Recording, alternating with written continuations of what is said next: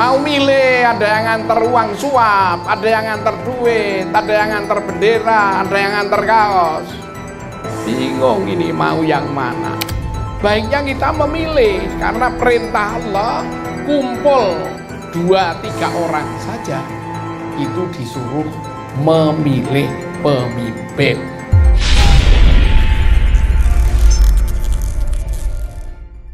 Assalamualaikum warahmatullahi wabarakatuh.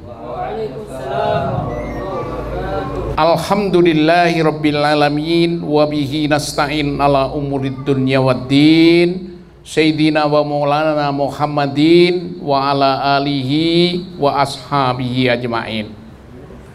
Ya ayyuhalladzina amanu wasta'inu bis sabri was salat, innallaha ma'as sabirin. Keluarga besar kajian Islamologi, Kristologi untuk pengurus dan relawan IGC, juga Mu'alaf Quran Center dan keluarga Vertizon TV yang saya hormati. Pada kesempatan ini saya akan menyampaikan hukum Allah tentang memilih pemimpin dalam Taurat, Injil, dan Quran. Kaitannya dengan kita ini sudah merdeka, yang ditebus dengan darah dan air mata para alim ulama. Yang lama dalam perjuangan kita adalah kita dijajah dalam informasi yang ada sampai 3,5 abad, dipecah belah dengan apa? Yaitu dengan masing-masing golongan, masing-masing kelompok yang tidak bersatu, akhirnya bersatu dengan Sumpah Pemuda. Akhirnya bersama membela dengan tetes darah dan air mata para alim ulama dan pejuang kemerdekaan. Akhirnya kita merdeka.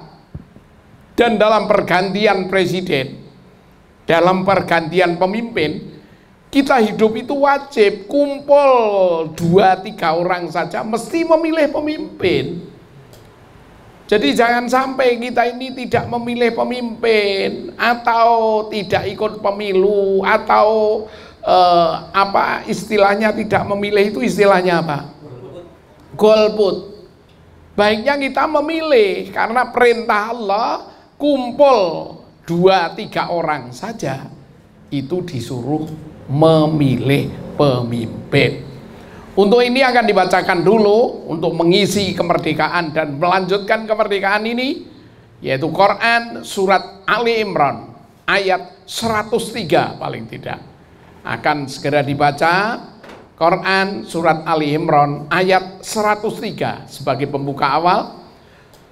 Bisa dibaca, dipersilahkan, disimak seluruh peserta kajian dari keluarga besar dan pengurus yang saya hormati. Keluarga besar Mu'alaf Quran Center, juga Vertizon TV, dan juga IGC, ya, keluarga besar kajian tentang Islamologi dan Kristologi yang saya hormati dan saya banggakan. Perhatikan, buka, baca surat Ali Imran 103. Dipersilahkan.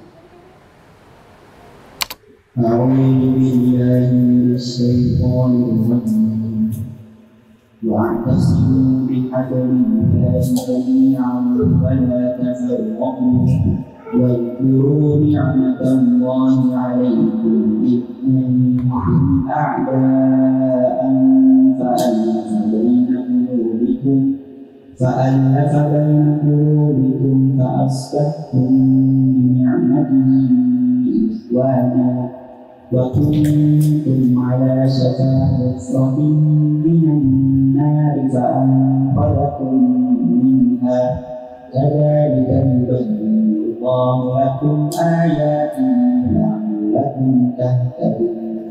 Dan berpegang teguhlah kamu semuanya pada tali atau agama Allah, dan janganlah kamu bercerai-berai, dan ingatlah nikmat Allah kepadamu ketika kamu dahulu di masa jahiliyah bermusuhan. Lalu Allah mempersatukan hatimu sehingga dengan karunia-Nya kamu menjadi bersaudara. Sedangkan ketika itu kamu berada di tepi jurang neraka.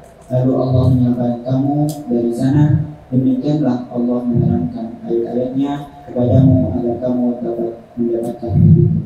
Jadi agar kita mendapat petunjuk, maka umat Islam ini dulu, khususnya Indonesia ini yang mayoritas Islam, dulu di divide et impera oleh penjajah.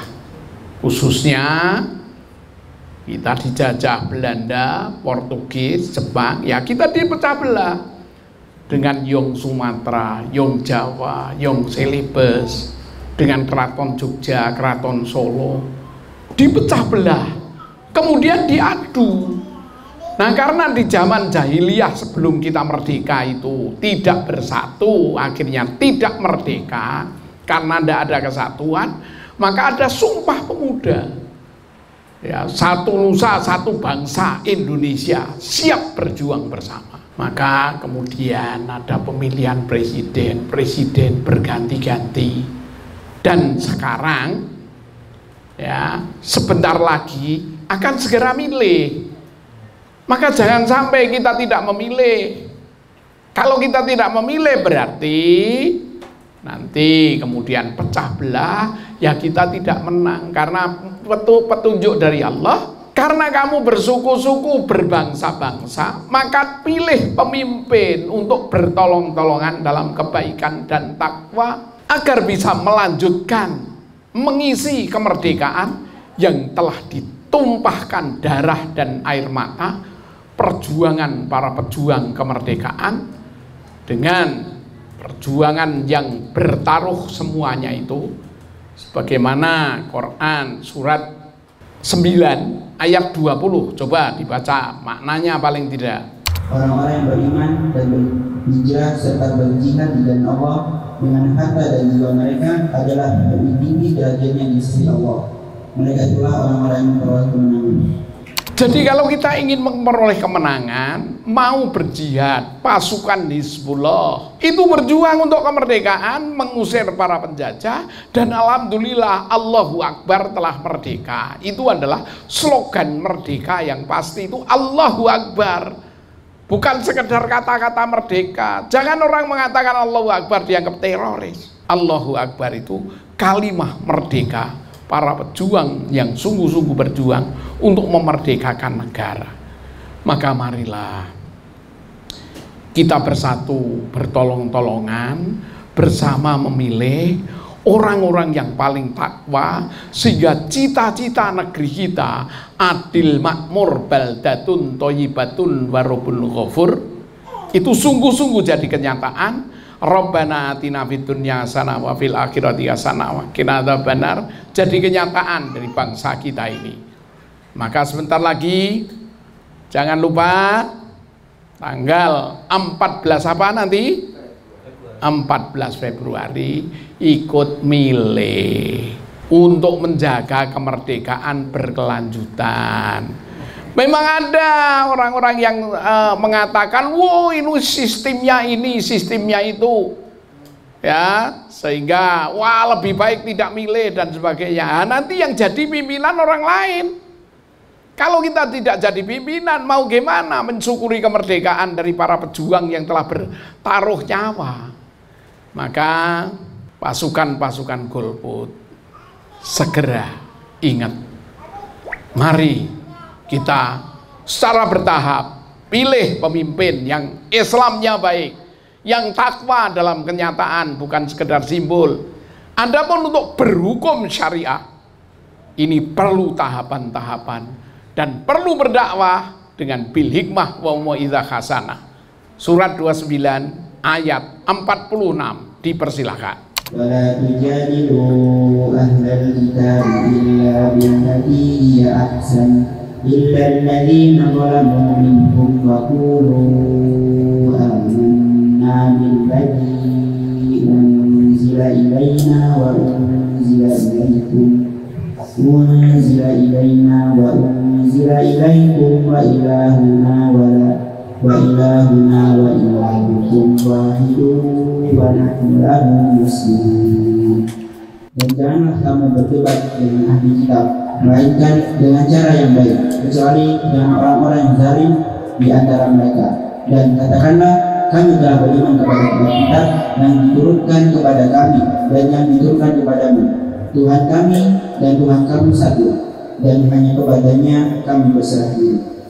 Jadi kita di dalam menegakkan, melanjutkan, mengisi kemerdekaan untuk sampai kepada syariah itu penting berproses. Rasulullah saja bagaimana ketika itu di Mekah berdakwah 13 tahun dengan diam-diam.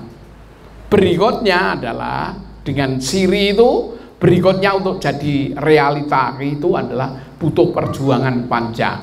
Nah, kita umat Indonesia ini kesadaran berkeislaman ini perlu tahap melalui pendidikan yang bil hikmah wa mau'izah hasanah, sehingga nanti akan menuju menjadi negeri syariah. Untuk ini mari kita kaji, kita pilih pemimpin yang tepat 14 Februari sebentar lagi. Jangan tidak hadir ke TPS, datang untuk memilih yang terbaik menurut tuntunan dari kitab Allah, baik Taurat, Injil, dan Quran. Untuk ini kita bisa lihat hukum Allah tentang memilih pemimpin ya dalam Taurat, Injil, dan Al-Quran. Hal ini kita akan lihat kenyataan-kenyataan yang ada dalam permasalahan milih pemimpin. Ini ternyata jangan orang-orang mukmin itu memilih, mengambil orang-orang yang ingkar pada kitab Allah menjadi wali atau pemimpin dengan meninggalkan orang-orang yang mukmin gara-gara suap.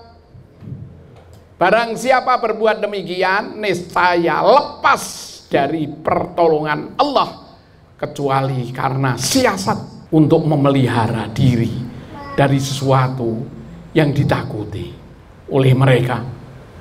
Dan Allah memperingatkan kamu terhadap diri atau siksanya, dan hanya kepada Allah kita akan kembali. Maka gimana bingung mau milih, ada yang nganter uang suap, ada yang nganter duit, ada yang nganter bendera, ada yang nganter kaos. Bingung ini mau yang mana. Akhirnya hidup mau pemilihan saja nggak ngerti, akhirnya malah bingung dengan lagu bingung, bingung, aku bingung, pusing, pusing, aku pusing, bingung, bingung, ku pilih yang mana karena semua istimewa.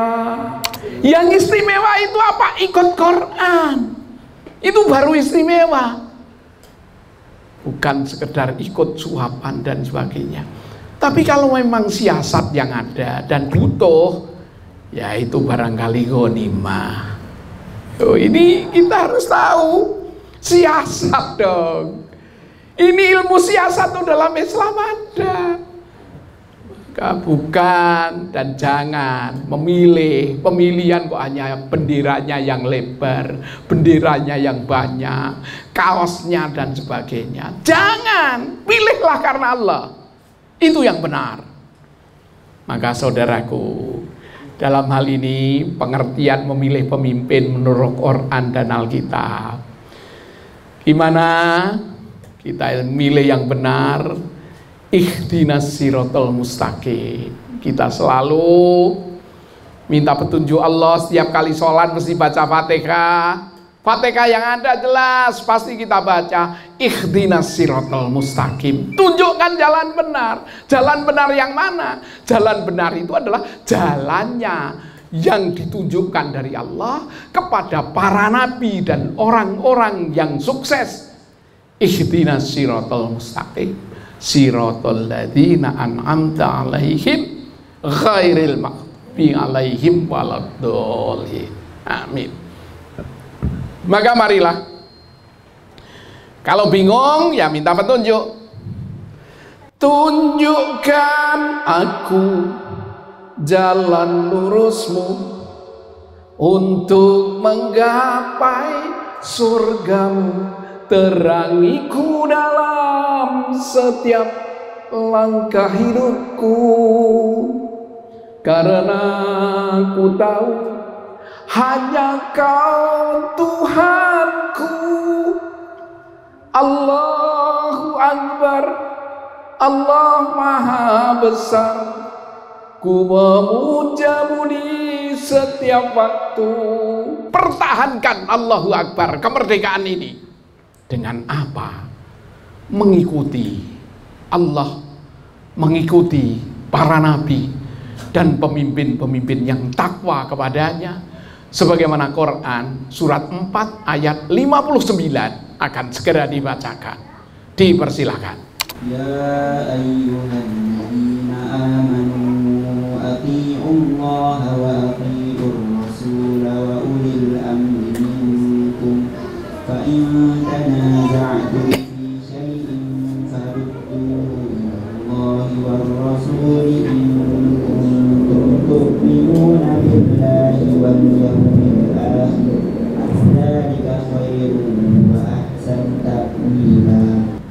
Wahai orang-orang yang beriman, taatilah Allah dan taatilah Rasul dan ulil amri di antara kamu. Kemudian jika kamu berbeda pendapat tentang sesuatu, maka kembalikanlah kepada Allah, Al-Quran dan Rasul sunnahnya.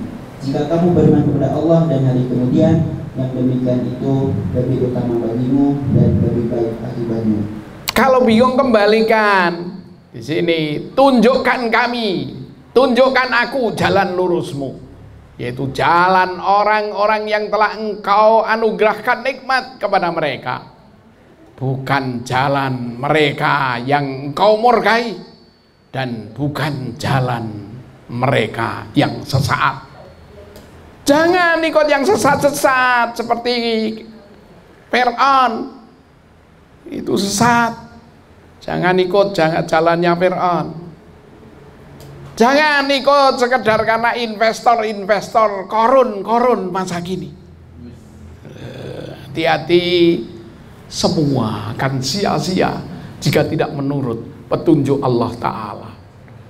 Maka di kitab terdahulu juga diingatkan, milih pemimpin itu ya sebagaimana Matius 6 ayat 13. Coba ya baca Alkitab, Matius pasal 6 ayat 13, coba dibaca.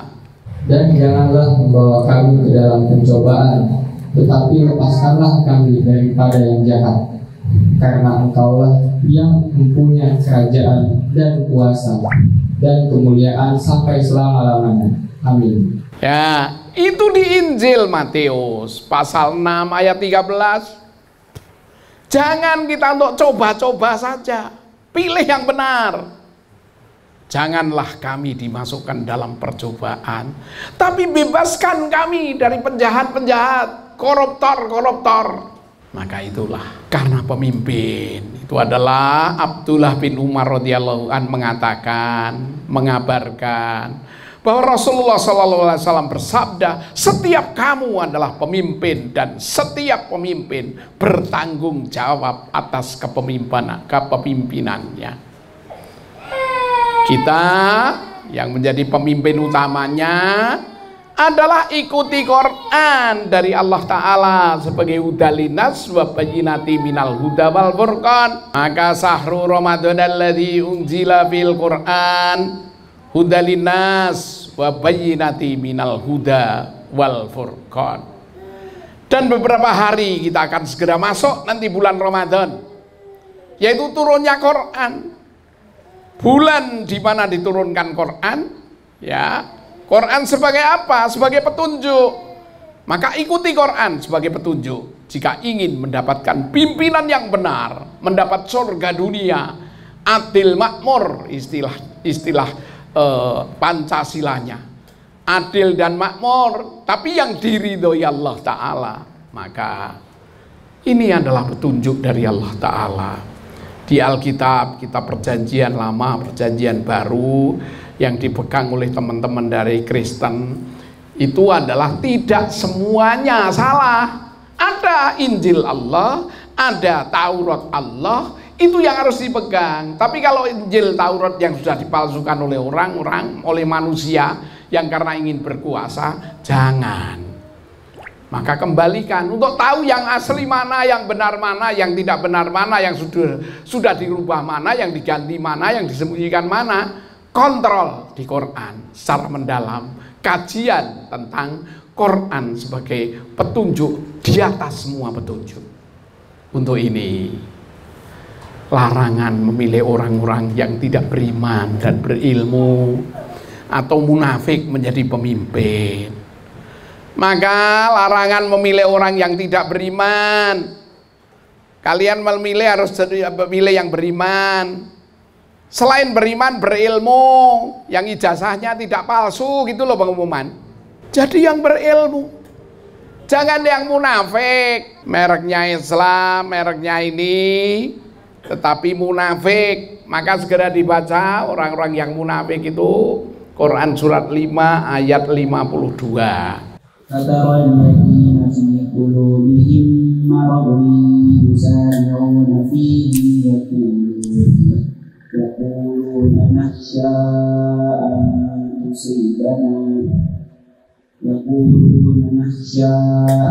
تصيبنا دائرة فعسى الله أن يأتي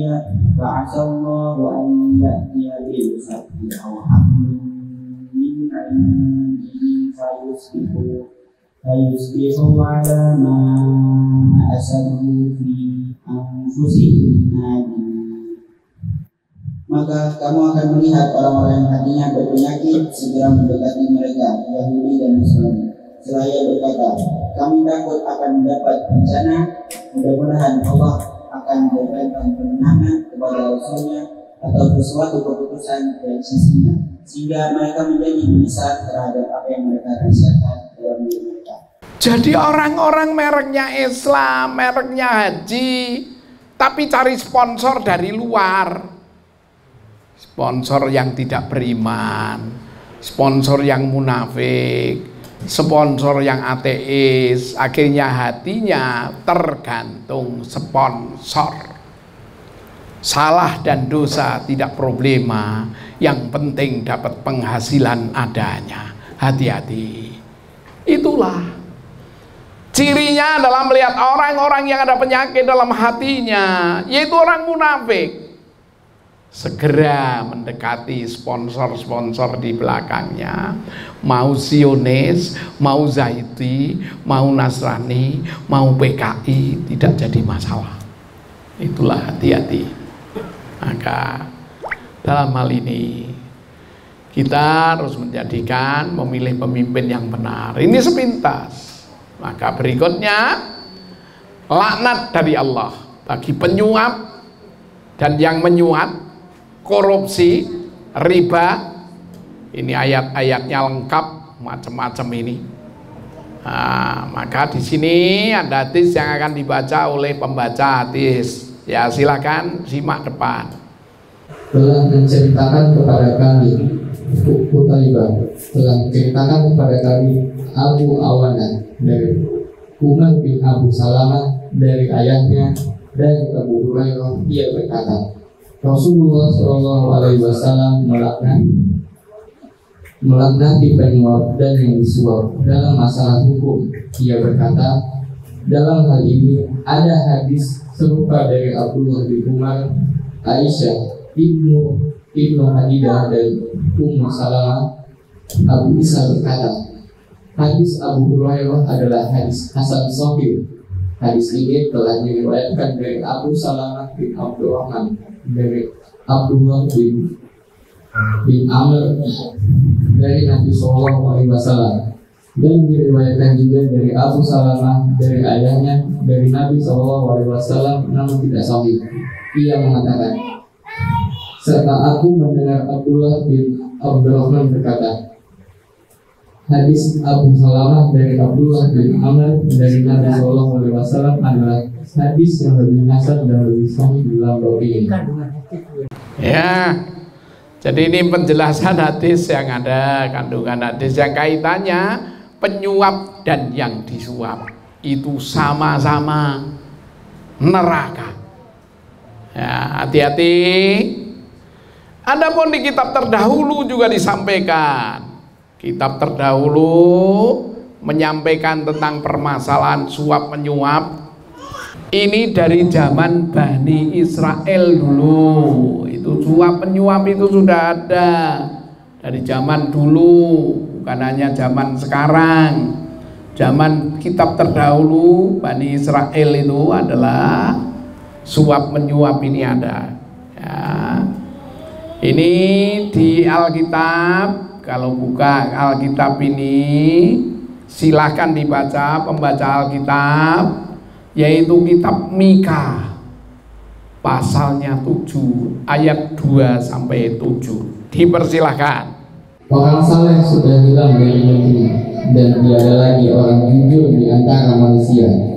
Mereka semuanya mengincar darah, yang seorang mencoba menangkap yang lain dengan jelma. Tangan mereka sudah cekatan berbuat jahat. Pemuka menuntut, hakim dapat disuap, pembesar memberi putusan sekehendaknya, dan hukum mereka putar balikan. Orang yang terbaik di antara mereka adalah seperti tumbuhan duri, yang paling jujur di antara mereka seperti pagar duri. Hari bagi pengintai-pengintaimu, hari penghukumanmu telah datang. Sekarang akan mulai kegemparan di antara mereka. Janganlah percaya kepada teman, janganlah mengandalkan diri kepada kawan. Jagalah pintu mulutmu terhadap perempuan yang berbaring di pangkuanmu, sebab anak laki-laki menghina ayahnya, anak perempuan bangkit melawan ibunya, menantu perempuan melawan ibu mertuanya. Musuh orang ialah orang-orang seisi rumahnya. Tetapi aku ini akan menunggu Tuhan, akan mengharapkan Allah yang menyelamatkan aku. Allah akan mendengarkan aku. Inilah menjelang pemilu pada bertengkar. Bahkan suami dan istri kaosnya berbeda bisa tengkar. Menantu dan mertua bisa tengkar juga. Sama-sama teman semasjid, sama-sama berislam juga bisa bertengkar. Maka yang paling utama adalah mohon petunjuk Allah. Kita harus mohon ampun petunjuk Allah yang menjadi hal utama, yaitu mengikuti Quran. Dzalikal kitabula raiba fihi hudal lil muttaqin. Bukan sekedar mengikuti bendera, bukan sekedar mengikuti partai, bukan sekedar mengikuti kaos, bukan sekedar mengikuti karena sumbangan susu atau sumbangan yang lain lagi. Hati-hati, hati-hati. Aku menunggu Tuhan, maka segera kumpul kembali. Mengisi kemerdekaan ini, negeri ini jangan digadekan ke negeri orang lain. Jaga merdeka untuk Indonesia, anak cucu kita, supaya anak cucu kita tetap menikmati kemerdekaan. Maka jangan pemilihan menjadi ajang perpecahan untuk pertengkaran hingga bisa kemerdekaan hilang karena kita tidak kembali menegakkan semangat para pejuang kemerdekaan. Maka seluruh peserta Vertizon TV yang saya hormati dan saya banggakan, untuk ini maka bumikan Islam sebagai rahmatan lil alamin. Karena sesungguhnya mengikuti Rasulullah ini adalah wama arsalnaka ila rahmatan lil alamin. Dan tidaklah kami mengutus kamu melainkan untuk menjadi rahmat bagi semesta alam. Rahmat untuk semesta alam. Mari kita song-song. Jangan berantem karena mau pemilihan. Maka mari kita syukuri nikmat ini. Untuk apa? Yaitu untuk melaksanakan akhlak pemimpin yang positif yang harus segera kita pilih, yaitu yang punya ciri 7 ciri. Pimpinan yang jujur, pimpinan yang bertanggung jawab, pimpinan yang visioner untuk lebih baik, untuk ada perubahan, ya, pimpinan yang disiplin, pimpinan yang bisa kerjasama dengan rakyat, bukan dengan pengusaha luar, Tapi dengan rakyat sendiri justru tak bisa bekerja sama, malah menekan pimpinan yang adil dan pimpinan yang tahu peduli para pengangguran, orang-orang yang sakit dan orang-orang yang banyak derita. Bohong dalam beragama, bohong dalam jadi pemimpin jika tidak mengajak umat, masyarakat dan rakyat untuk merdeka dalam makna menikmati kemerdekaan ini untuk bertakwa pada Ilahi. Adapun petunjuk pasti yang telah kita miliki, pilih pemimpin yang fatona. Pimpinan yang dipilih itu yang pinter, yang cerdas, yang ijazahnya tidak palsu. Ini kunci. Yang amanah, yang bisa dipercaya, bukan pemimpin prank melulu, banyak janji tak ditepati. Untuk ini maka pilih juga yang sidik, yang jujur, bukan KKN untuk memperkaya diri, keluarga dan lain-lain lagi. Ini jelas. Adapun yang tabligh, yang mau amar ma'ruf nahi munkar, mau berdakwah, mau untuk mengajak kepada kesejahteraan jasmani, rohani, akal budi, apalagi yang paling tinggi kesejahteraan surgawi yang akan kita capai. Untuk ini saudaraku, para pemilih-pemilih yang terhormat, seluruh peserta Vertizon TV dan seluruh peserta Mu'alaf Quran Indonesia dan rekan-rekan semua peserta kajian yang dirahmati Allah, selamat untuk memilih tanggal 14 Februari. Semoga kita mendapat pimpinan yang ahli takwa, sehingga akan membawa kita ke surga dunia. Indonesia ini menjadi negeri yang baldatun thayyibatun wa rabbun ghafur. Para pahlawan diterima perjuangannya menjadi amal soleh dengan merdekanya negeri ini dan berkelanjutan untuk mencapai dan menggapai cita-cita yang dalam bahasanya Jawa itu adil makmur, toto tentrem, kerto raharjo. Yang dalam bahasa kita untuk menggapai doa-doa kita, akhir dari manasik haji, manasik umroh, itu putaran terakhir dalam hidup ini, puncak dari segala cita-cita kita, yaitu Al-Baqarah ayat 201. Doa sapu jagat kita, Rabbana atina fid dunya hasanah wa fil akhirati hasanah wa qina adzabannar. Bahagia di dunia ini, bahagia di sorga nanti, dijauhkan dari musibah neraka dunia dan neraka akhirat, dijauhkan dari kita dan anak cucu kita. Kita bersama-sama untuk berkumpul di Indonesia dengan bahagia dan meninggal dunia dengan husnul khotimah, mendapat surga atas ridho Allah Subhanahu wa Ta'ala. Selamat memilih, selamat nyoblos untuk menggapai kebahagiaan yang kita idam-idamkan. Sekian dan demikian dari saya. Sungguh ada salah dan kurang, mohon dimaafkan. Maka saya serahkan kepada pengatur acara pada kesempatan ini. Jumpa lagi putaran berikutnya. Wabillahi taufik walhidayah. Nasru minallah wa fathun qarib. Assalamualaikum warahmatullahi wabarakatuh. Wa qul ja'al haqqo wa yahqul batil innal batila kana zahuqa. Assalamualaikum warahmatullahi wabarakatuh.